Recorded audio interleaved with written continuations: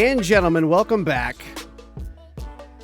Episode 10 of Shootin' the Schmidt. We've made it to double digits. Somehow, 10 straight weeks. Now it's March. Crazy. Crazy.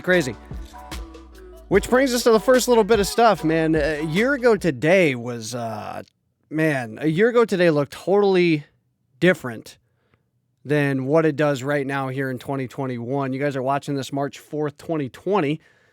Watching, listening. Maybe you're watching, listening later, but it's going out March 4th regardless. And a year ago today looked totally different than what it does right now in 2021. Holy crap. A year ago today was a really, really awesome day. This whole week has been kind of weird just thinking about where I was a year ago because we were in Florida. Spring training, which is now officially underway here in 2021. Thank goodness. No delays here in the baseball world. We finally got things underway. For those of you watching on the YouTube section, you see I'm repping the Tiger gear. Hoping for a solid year this year out of the squad. But man, a year ago today, we were in Florida soaking up the sun, having probably one of the best trips that I've ever been on, man. It was a phenomenal time down in Florida, as it always is. But man, what a great trip that was. Turned into the video I'm probably the most proud of on the YouTube channel, just as far as things as the quality goes, the soundtrack of that video, man, it was a banger. The spring training video of 2020, and then 2 weeks later, we were totally shut down here in the world, and things haven't looked normal since. But a year ago today, specifically on this day in the trip, was really dope. It was the day of the trip that we got to meet the boys. Josh and Adam, that we've been playing Xbox with for the last 4 plus years now. Crazy day. Wild experience, really fun day. The whole trip in itself was really fun, and this whole week, just looking back on it, because I've gone back and watched the video again, like I've done probably 15 plus times now, but watching it during this week always just hits a little deeper, knowing that this was a year ago and how different everything was and how much of a fun trip that was that is not going to be getting replicated this year with all the COVID implications and stuff still going on. We're getting better. Things are starting to open up finally. Getting to more of that here a little bit in the podcast, but anyway, like I was saying, welcome back to episode 10 of Shootin' the Schmidt. We've made it double-digit episodes. For those of you watching on the YouTube channel, make sure to subscribe. Drop a like down below as well. Those of you on the listening platforms, Apple, Spotify, Google, and Stitcher, make sure to follow the podcast. If you're on Apple, leave those 5-star reviews. Brand new episodes every single Thursday. And let's get into some of the content here. So let's start in the esports world of things. We had we had a couple big things go down this week relating to the Call of Duty side, but not really directly. The first one here is Nadeshot. Nadeshot is a big name in the esports gaming world, with his time with Optic Gaming as a player, and of course as a content creator as well, and now since then has founded and become the owner of 100 Thieves. Has become another big brand in the world as well. And we had a little a Twitter situation go down with him. Nadeshot got a brand new tattoo that he shared over on Twitter. Nothing too wild, just another day. But a cool day for Nadeshot being able to get a brand new tattoo. Another content creator by the name of Frosty, who some might know from The Mob, reached out on Twitter and asked him, all right, look, man, how many retweets for you to get "Sex is temporary, gaming is forever" tattooed on you? Now, personally, knowing how fast things can go on Twitter, and listen, 100,000 retweets is a lot, but Frosty's got a decent amount of pull, and when you can get a lot of big names to also pile in on that, it seemed inevitable to me that was going to happen, but Nadeshot says 100,000. 100,000, which, like I said, is a lot of retweets. But at the same time, I also, when I first saw that, before things started going down, I'm like, man, that's pretty doable. Like, Frosty is not one of the biggest names. He doesn't have the most massive pull, but a lot of people do love him. And all you got to do is, get some people like Ninja, Tim the Tatman in there, which happened. And it was bound to happen. And not only did it happen, it only took 2 hours for it to get 100,000 retweets. And now Nadeshot is locked in to a tattoo of "Sex is temporary, gaming is forever." I guess we'll see where he decides to get the tattoo. I saw a few good suggestions that he should get the tattoo in some other language, so that way it just kind of, looks unique and kind of cool no matter where he puts it. But doesn't sound like he'll be doing that. Sounds like he'll be giving in. I would be surprised if it goes in a spot to where it's that blatantly visible. But man, Twitter's crazy, man. I can't believe Nadeshot made it that easy. I respect the fact that he's a man of his word and he's going to be abiding by, what he agreed to. But I cannot believe he set the bar that low. I know 100,000 retweets is a lot, but at the same time, I looked at it and immediately said, that's doable. That is very, very doable. And it happened in 2 hours. Crazy. So, Nadeshot getting locked into that. I know a lot of people have been, giving him crap on Twitter and whatnot. But he did it to himself. I'm interested to see where he gets it, man. And I like I said, I respect he's a man of his word, isn't going to be doing it, but man, you'd never sign me up for something like that. But next little bit of esports news was a little bit more dramatic, definitely in the drama side of things, more residing with the Call of Duty League. Coming initially from Envy owner Hastro, who's been well known in the Call of Duty scene for a long time. Owner of Envy, one of the bigger brands in esports, especially Call of Duty. Of course, Envy owns the Dallas Empire, last year's Call of Duty champion. Some beef went down following the final league matches from the Super Week before the first major, currently going on right now, this weekend. Of course, there's rivalries. Just like sports, there's rivalries with this stuff. Empire ended up playing the LA Thieves. Envy versus 100 Thieves, as far as owners go. Hastro versus Nadeshot. Which is a matchup that a lot of fans want to see. It's a couple of the bigger brands in the league. A lot of people were excited to see this matchup. And Thieves, at that point, were undefeated. Nobody had beaten them yet, which was kind of surprising. I expected 100 Thieves to be one of the better teams, but didn't expect them to come out that hot. But regardless, Dallas Empire, last year's reigning champ, come in and they beat LA Thieves 3-0. Full sweep. Hastro takes to Twitter on this. And I'm going to go to the dual setup here to be able to show the tweets on screen for those of you that are watching on the YouTube version. This was Hastro's initial tweet right here. It says, "This is a big-time match versus LA Thieves last night for the number 1 seed in the Call of Duty League. Winner of that match would have taken the number 1 seed in the major, which is a pretty nice spot to have. Get an automatic first-round bye. Got the 3-0, and the Thieves are suddenly quiet again." Follows that up, not even a mention of the match before or after on some of the timelines. That's how you know you've asserted dominance. Bold. Coming out of Hastro. Now, I personally have never been a fan of Hastro. He just comes off as one of those passive-aggressive pricks. It seems like he really wants that villain role, which I guess somebody has to fill in every single bit of, especially, competition. But I don't vibe with that. Dude just comes off as such a prick. Never been a fan of the guy. And I mean, these tweets don't help that matter, not just with me, but plenty of other people as well. JCap replies. JCap, the coach of 100 Thieves, also former player, used to play under Hastro. Don't you ever get tired of this shit, man? Hastro responds, you know me pretty well, Cap. Why do you even have to ask that question? Like I said, Hastro takes that villain role. He embraces it. Respect, I guess.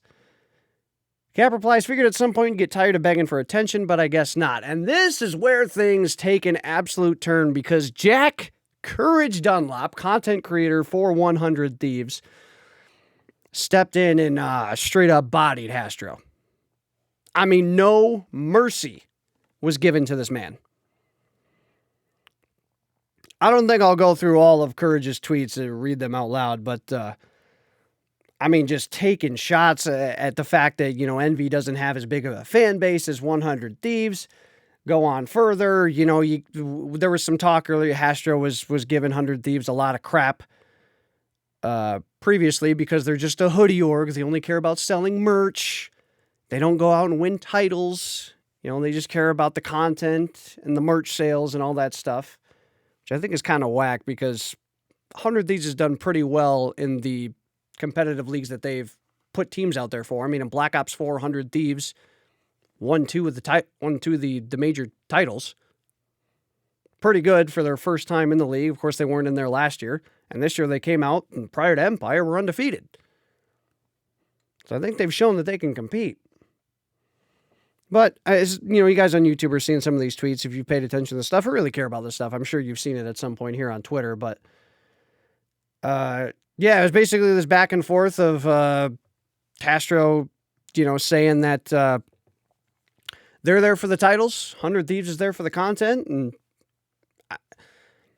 I think it's pretty obvious. I mean, personally for me, if I was running one of those businesses, I would be more focused on the content and merch and all those sort of things because I feel like there's more longevity in that, and that garners a lot more popularity and a bigger fan base through those things. You can win all the titles you want, but if you're going to take Hastro's route of just being a villainous prick, I mean, not going to draw in the biggest fan base, in my opinion. Because teams like Optic, FaZe, 100 Thieves, they can never win a match the rest of the year. And they all three would still be more popular than the Dallas Empire and Envy. That's just how it is. Why? Because they've garnered all that through content, through fan relations, all of that stuff. I don't know, to me, I'm taking that over title. I mean, titles are big, especially when you're entering your teams into competitive play. You want to bring home those championships. But at the end of the day, I mean, giving teams crap for, getting the bag and, putting out content and all that stuff for the fans. I mean, that's what you want in the gaming scene and the esports scene. In my opinion, that's what you want. A lot of people said Courage kind of went overboard with it, which I agree to an extent, but I think if anybody was very deserving of it, it is Hastro. Like I said, I'm not a big fan of the guy, so I mean that's my opinion in that. But I don't know. It's good to see some trash talk. It's good for the Call of Duty League. It's going to garner more viewership. I mean, if Empire and LA Thieves end up matching up sometime during this major, it's going to get a lot of views. It's going to have a lot of people talking on Twitter. It's going to spark a lot of controversy. It's going to get people interested. It's going to create those rivalries. It's going to create that added effect to matches that would otherwise be played and maybe not have as much of a pull. So it's good for that sort of thing.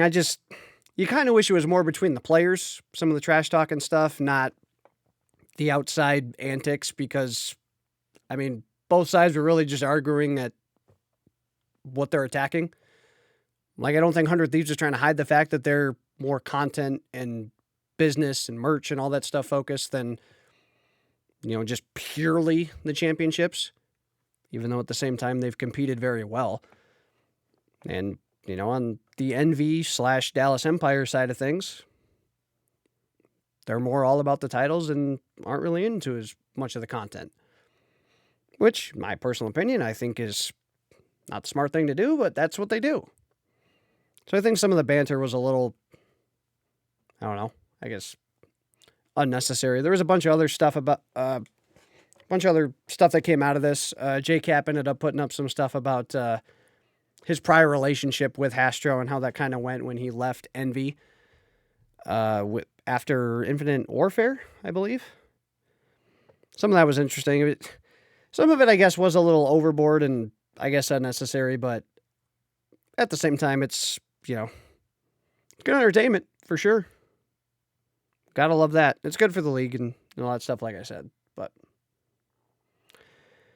let's move into some other stuff. Trying to think of what I want to attack next. Let's get into some content stuff. I put this on here, and it was kind of some thoughts I was having throughout the previous week with content. As I always do, I'm always thinking about the content and where things can go and where things are going to go in the future. I talked about a few episodes ago. I've talked about it over the course of the podcast, but within the last few episodes, I know I talked last week about how I got into the content and all that stuff. And I think it was episode 4 or something like that, where I kind of explained why I quit, in quotes, YouTube. But, stepped away from YouTube, stopped doing a lot of the content that I had done. I explained a lot of the reasoning behind that, and I stand by all that stuff. And I don't think that with content I will ever return to doing things the way that I used to do them, because I've tried it multiple times. I've gone back and tried to re-spark that love and that passion for, the type of content I was doing before, and I just don't think it's there. I could do it. Without question, I could do it. But I don't know. I'm not as big into that type of content anymore. It's just not the type of content I want to do in the future. I've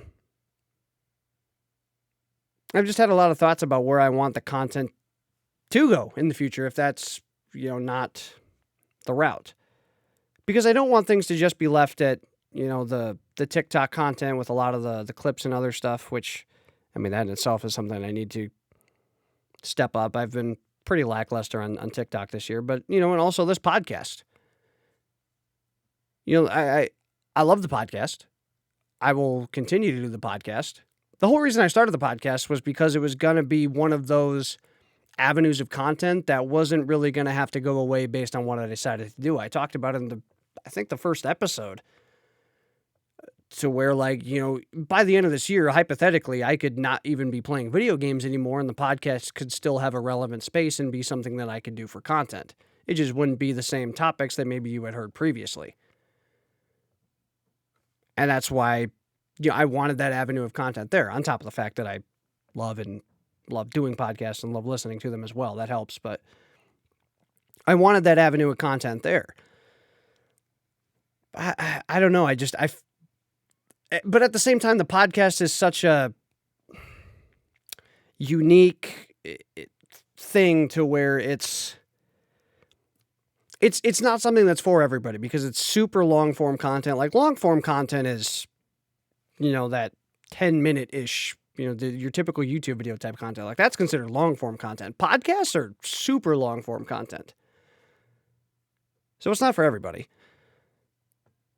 And I've been trying to figure out other avenues of content to maybe bridge that gap, because TikTok is like short form content. Like I said, podcasts are super long form content. So just trying to find those other avenues and ways of doing content to do more. Basically to expand the reach as far as possible, and to hit those avenues that aren't such a, it's not such a niche thing. It's more of can be for more people. I've thought about doing a bunch of different types of content. Over the years, when I've been trying to, and like I've talked about before, in those few years where I was so in and out of YouTube with Call of Duty content, because I didn't really want to do it, but tried to come back and do it multiple times. I thought about doing so many different types of content. And I mean, that was difficult to kind of figure out what I want to do, and it's still difficult to this day because,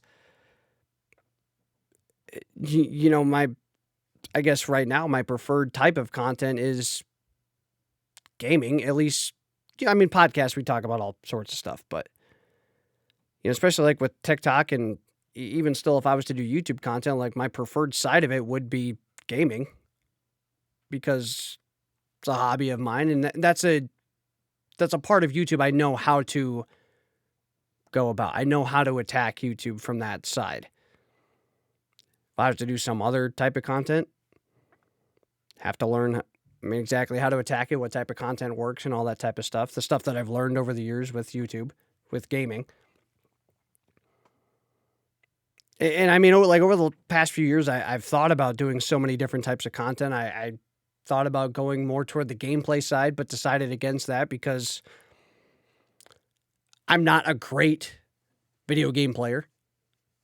Even some of the games that I play the most, like even with Call of Duty and all that stuff, like I'm still not a great player. I'm not going to be able to compete with the likes of, creators like Korean and Swag and Dismo. Like I'm not going to be able to put up gameplays like that. So it's hard to, that was kind of an avenue of content that was like, well, it's not really a strength of mine, so can't really attack that. There's the comedy highlight type sort of things, but that's something that I've gone to TikTok for, and I don't really want to saturate that by doing the same sort of thing on YouTube or other platforms. And over those number of years, and I mean, it's where I'm still at right now and figuring out how I can broaden it. Where I got to with content was like, okay, like what am I good at? What are my strengths? What is something that, what is something that I can do that no matter what size I'm at, I can still confidently look at it and say, I'm as good as the upper echelon. And I mean, that was pretty easy to figure out. It's my voice. It's my ability to speak. It's me talking. Like that is something that I can do with the best of them. Not only something that I've been told, but it's just something that knowing me myself, like I know that. It's a talent I've, not only was, I guess, God-given, came into YouTube and was able to do that right off the jump pretty well, but with 5 years of doing content stuff too, that's only gotten better and better with all the content I've done, get that practice in and all that. So I knew that was my number one strength. And so it doesn't make any sense to do content and not attack your strengths unless you just completely hate them, which clearly I don't. I love to, talk and spew my thoughts and all that stuff and whatever avenue it is. So it's just been figuring out how to implement that. Because with content, attack your strengths, like 100%. I'm not as good of a gamer as a lot of the people out there. Like, I can hang, I can play pretty well, but at the end of the day, I'm above average. So it's hard to attack that side. Yeah, being my group of friends, like we're funny. We put up some cool highlights and some funny stuff, but, I know my number one strength is my ability to talk. And so it's finding where to attack that and how to implement that across a bunch of different mediums of content. Especially because I do the two opposite sides of types of content. Super short form like TikTok, which is, anywhere from 1 to 59 seconds of a clip. And then, you got the complete polar opposite, the podcast, the super long form content, which is, 45 minutes, an hour or more. So it's finding that medium, it's finding that bridge, and just, I'm always looking to do more stuff with content. You gotta always look to expand and see where else to go. I've just been thinking about a lot about like what other types of content can I do, or should I? One thing I've thought about doing, and I may begin to do, still kind of unsure about it yet, is taking some of the portions of the podcast. people I'm sure have seen this, but taking the portions of the podcast and dividing them up into sections and then uploading them as individual videos. I've thought about a couple different avenues of how to do it. Whereas if I just completely cut the clip and post that straight to YouTube, or if I just take the voiceover from it and put some kind of gameplay with it to put on YouTube or something. I don't know. I've thought about a lot of different types of content. Thought about maybe if I should explore doing YouTube content with different games. But that becomes tough because I feel like to do video game content well in the YouTube and Twitch side of things, I know people always say it's not really true, but unfortunately it is. You've got to attack one game. It's really tough to come out of the gates and be somebody who can play a variety of different games and make content for those type of games and do well. When I started doing content, it was Call of Duty. I really loved Call of Duty. Still play Call of Duty here and there. It varies, but regardless, when I came in and started doing YouTube, I did Call of Duty content. And I did that for a long time. And whenever I branched out and tried to do a different game or some other different type of content that wasn't directly Call of Duty or really wasn't even directly the type of content I was doing, it didn't work. I could say it didn't work. The content was fine. It was just, people weren't as interested because it wasn't the normal content that they were accustomed to. It's tough, bottom line. And so I guess I don't know. Always up for suggestions and those sort of things, but it's just I'm always looking at other types of content to do because I never think it's enough, and trying to think of ways to branch it out because continually to upload podcast episodes, as much as I love to do it and whatever, you want to grow it. So I don't know if that really went anywhere, that last 10 minutes I just ranted, but just a lot of thoughts I had in the previous week, and I guess kind of a content update for those of you interested. But I guess we'll get into the last couple bit of topics here. We've got some, I said we come back to some COVID stuff, so things are starting to open up in a couple states, specifically here in the United States, going completely open. Texas and Mississippi are completely opening. I believe starting next week, maybe sooner. I think Texas was next week. I'm not 100% sure on Mississippi. Well, they are completely removing their mask mandate, opening restaurants and those sort of things that were still kind of at a percentage, completely opening those up to 100%. And all things considered, basically reverting stuff back to normal, as if COVID, never existed, essentially. There's a lot of mixed opinions on this. I feel like the majority opinion is this is stupid. What are they doing? COVID's still out there. This is just going to increase risk. It puts the world at risk of a resurgence with COVID and all this stuff. And then you have the people that are totally on the 180 opposite, no, freedom, open it up. If we die, we die. I gotta be honest, I kind of agree with both sides. I hate to be the guy that sits on the fence or takes the middle ground, but I think there's some truth to both sides of it. I think at the end of the day, look, the virus is still here. Clearly, people are still getting infected with the virus on a relatively consistent basis. Is it what it was, maybe a year ago? Not quite, but it's still around, and there are still people that are at risk, and this is still a virus that we don't totally have contained. We don't have vaccines available to quite everybody yet. Like I said, things are getting better. Things are expanding. We're getting there. There's finally some light at the end of the tunnel this year, but at the end of the day, it is still there. And I think flipping a switch and going automatically open is risky, may not be quite the best and smartest move, especially when you look at the science of it.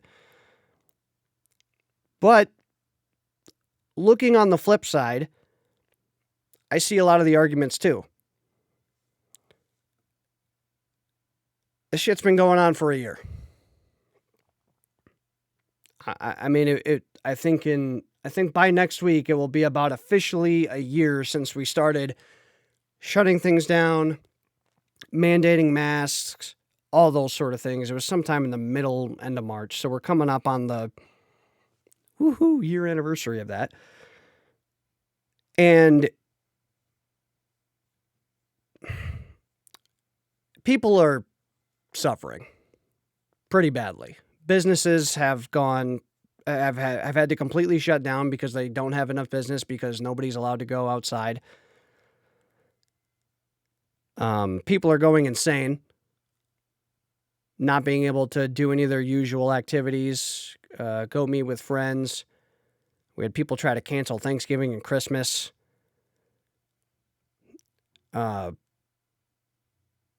Things have not been normal for a year. And I think for some people, it's just getting to the point of who cares? Things have to go back to normal. And we can't just keep babying this thing and keeping people locked up and inside until this thing eventually goes away, because in reality, it's probably never going to fully go away. I like the virus is not going to just disappear at some given point. I think even probably 5-10 years from now, there might still be portions of it or people that still get it. Obviously not what it's been in the last year, but it's probably still going to exist at some point. It's not going to get completely wiped. And so I think for some people, it's like, are we going to keep babying this thing, or are we just going to go out there and try to live things as normally as we can? And I guess just see what happens. I see both sides of it, and it's really tough to make a clear call. Because I'm really with the people that are sick of all this, that are like, look, it really hasn't gotten any better, and sure, you can make whatever argument you want about how it's been handled here in the United States and whatnot. Not even going to get into that crap. But at the end of the day, it's been a year, and it's still here, and in reality, we can't continue to just stay inside and just hope this thing just disappears eventually. Like, life still does have to go on, and it's not like this is I understand it spreads quickly. There are people that it affects, but I mean, even you can point to whatever science you want, and it's shown that this is just something that's really, it's low risk for the vast majority of people that are on this planet. Very low risk. This isn't an apocalypse, even though it's pretty much what it's felt like. This isn't something, to where if you catch it, you're dead. And I see the side of people that have been treating it, that are tired of it being treated as such for the last year, and are just like, look, can we just let loose and whatever happens, happens? I feel for those people, and to a point, I am kind of there as well. But like I said, I also see the other side, the side of like, it's, I guess where I'm at is I don't hate it. I just think it shouldn't have been as flip of a switch. I don't think, I'm not sure exactly what Texas and Mississippi's regulations were prior, but I'm going to assume it was somewhere, obviously they had a mask mandate, and I'm going to assume it was roughly around that 50%, at least reduced capacity. I got to be honest, even though I'm to that point, I do think it is a little ballsy at the very least to make that call to just immediately flip the switch and act like, this thing's completely gone. Kind of in the middle with it. I've seen some people talk about how, well, here we go. This is just going to cause a resurgence. We're going to get another year of this. There's no shit. There's no chance. No chance. You are not going to, you're already seeing it, right? Like, you're not going to continue to lock this world up for much longer. It doesn't matter what the regulations are. You're not going to tell people for very much longer to stay inside and not do this and not do that. Like, you're not going to keep that going for much longer. It already, people after a few months were done with it. It's been a year. No matter what your regulations are, you're not going to keep people from, at the end of the day, really doing what they want. The thing I do like about this move is I like that the freedom is in the people. And I'm not trying to be one of those, yee, freedom, freedom of speech, all for the people, whatever. Some people that are like that overarching freedom and stuff you see on Twitter. But in my opinion, like, I really don't like what the government's done over the last year of basically treating us like children. Like, I think at the end of the day, you got to let people be adults and make decisions for themselves. And in my opinion, if you want to be someone that takes that risk of, going out and living life like normal, and you want to take that risk of the disease, then sure. And some people always make the argument like, well, that's all fine and good, but the problem is that it affects people who are at high risk, who aren't trying to, who are trying to live by the regulations and wear their masks and do all the proper procedures. I get that, but maybe I'm not understanding something correctly, because I try to keep out of the political shit as much as possible. But in my mind, like, if you are somebody who is high risk, or even if you're not high risk, but you just don't want to take the risk of getting it, then would you not, as a person who has the freedom to still make the decision, would you not continue just to live things under those prior regulations? Just because things are opening up in places like Texas and Mississippi doesn't mean that you have to. I see it as just allowing the people who want to kind of go back to normal, or as close to it as possible, I guess.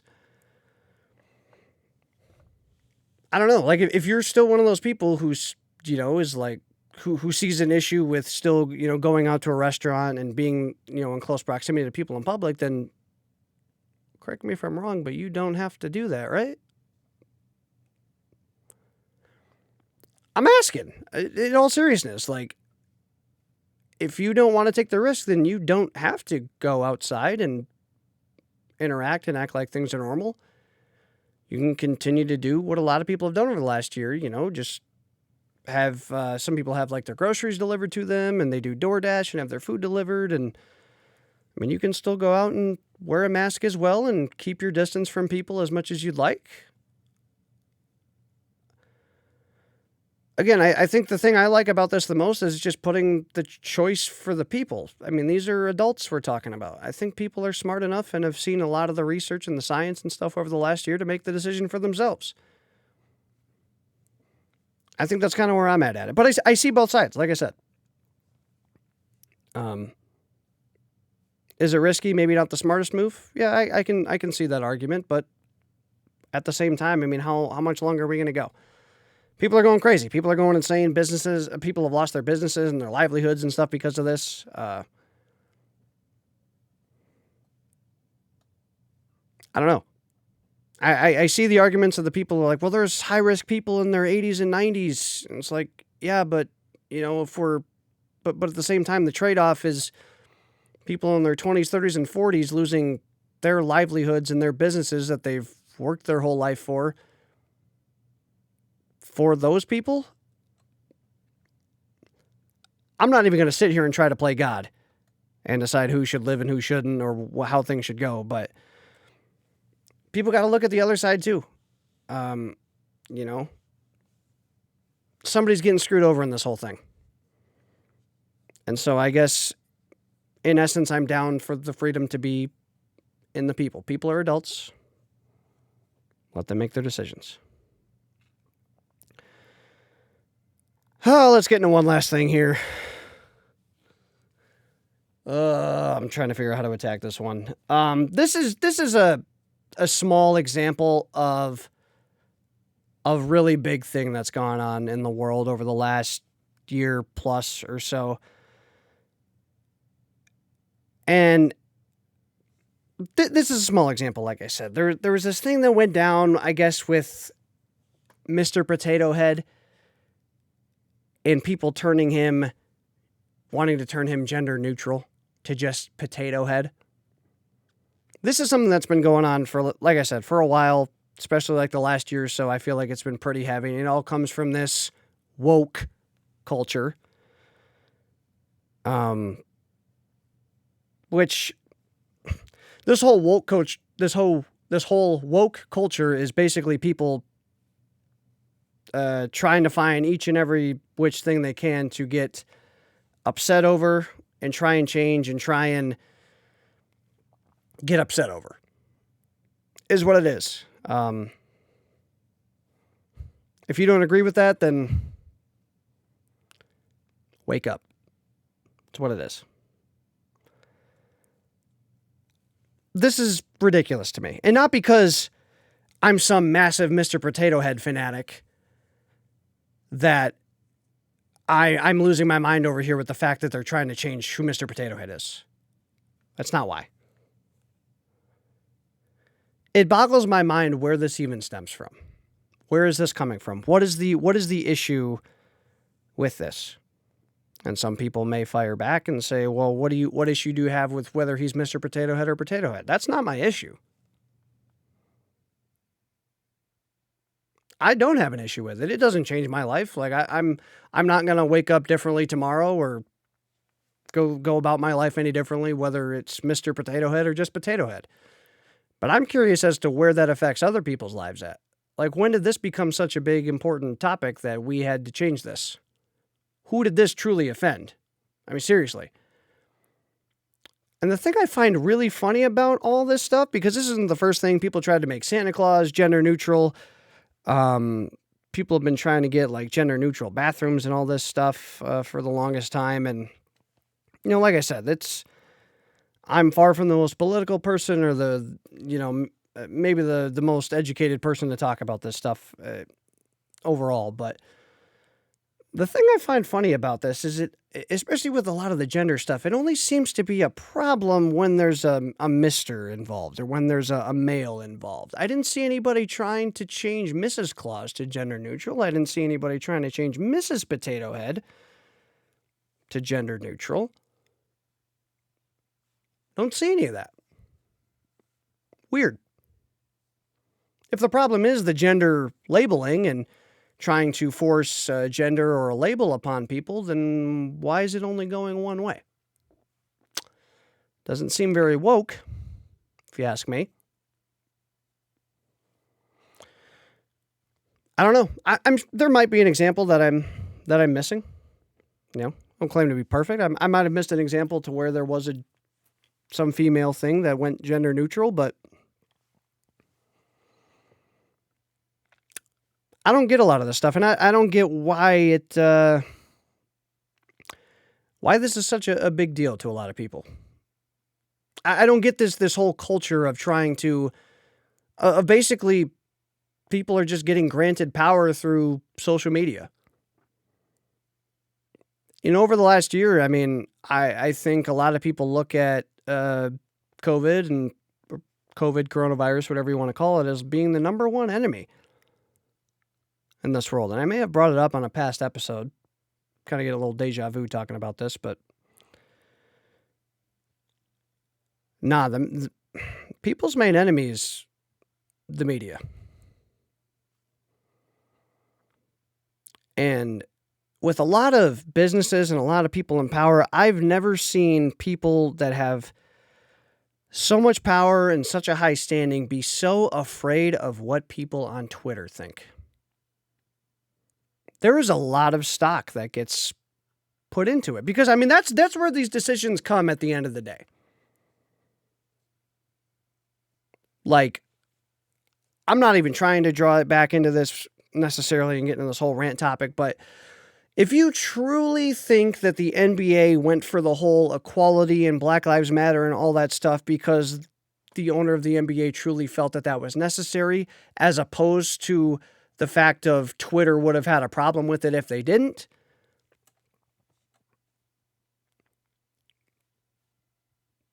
sorry. I mean, they're a business and they're trying to appease people, and the last thing they want to do is get, quote unquote, canceled on Twitter.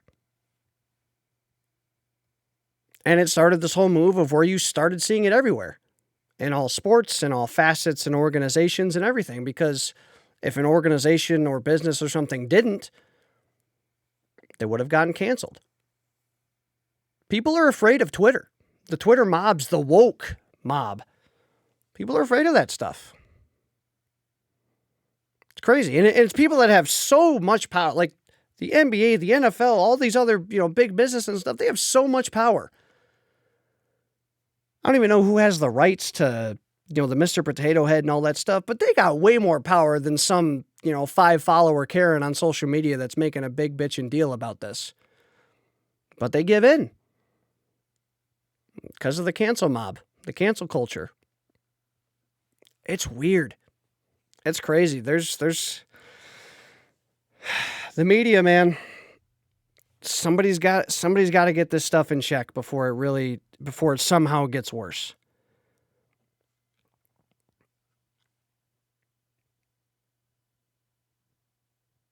It's nuts. This whole woke mob, this cancel culture stuff, it's so messed up. Like I said, it is truly a battle of people seeing what they can get upset over and get some kind of, some kind of compensation for their feelings being hurt. People trying to make a difference where a difference doesn't need to be made. Basically. And the unfortunate part is I feel like a lot of people that do this stuff think they're making good change and they're combating a lot of problems when really they're just creating more. A few weeks ago, I talked about that article from Rob Parker about Matthew Stafford, where it was, if Matt Stafford wasn't a white quarterback, he'd be out of the league. Unfortunately, maybe this isn't quite the case, but Rob Parker might have thought that he was making a difference. Helping out in a place where he thought needed help and essentially solving a problem. And all he did was create more. It's this whole battle of, I've talked about this in previous episodes. I don't want to completely repeat myself, but it's this whole thing of like, my argument isn't to shut up and act like there aren't problems where there are, but handle the problems when they're there.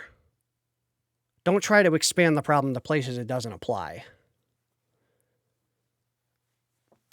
Okay? Like, stop trying to make race issues where there aren't race issues. What happened in situations like with George Floyd is a problem. The dude was racist, 100%, that cop. And that was an unbelievably wrong thing he did. But what that's led to is people making race issues where they're just not there. That doesn't go for every single one, but there's been a lot of them that have been made to where they're not issues. And all it's done is created more issues than what there was before. It's caused this country to be more divided and more segregated than what it was previously. That's what this woke mob, this cancel culture has done. It's created more problems than what it's helped. And it's unfortunate, and I'm just looking around and going, man, where does it end? When is somebody going to stop bending the knee? When are we going to stop folding into these Twitter mobs, which in all reality are just a really vocal minority? They're not the majority of people. They're just a very loud minority. When are we going to stop bending the knee every single time there's some issue with being offended or somebody sees a problem where there isn't one? When is this going to end? Because it's creating problems, and it's just only going to continue to create more. I hate to end the podcast on a sour note like that and get into political stuff, like I said, because that's not really my MO. But it's just a lot of stuff that just is mind-blowing, and I hope truly gets better, because if not, look out. We think COVID's bad. Let this cancel culture and woke culture start continuing to grow. Wild. Anyway, that's where we're going to start to wrap things up. For those of you over on the YouTube side of things, watching the podcast, make sure to subscribe. Smack the Schmidt like button down below. Leave comments and stuff with all your thoughts on anything in today's episode. For those of you on the listening platforms, Apple, Spotify, Google, and Stitcher, subscribe if you're on Apple. Leave those 5-star reviews. Love to read them out here live on the pod. Brand new episodes every Thursday, and we'll be back next Thursday with hopefully some lighter topics. Like I said, I hate to end the podcast on topics and stuff like that, but they're important topics and they're good things to talk about. But as always, leave all your thoughts and all that stuff. Tweet any thoughts and any suggestions, whatever you have, over at me at Real Schmitty. That's where we're gonna begin to wrap things up here for the podcast. My music just switched up. Apologies. There we go. Once again, I appreciate you guys tuning in. This has been episode 10 of Shootin' the Schmidt. We'll be back next Thursday, March 10th, with episode 11. Hopefully you guys all have a good one. We'll see you guys then. Peace out.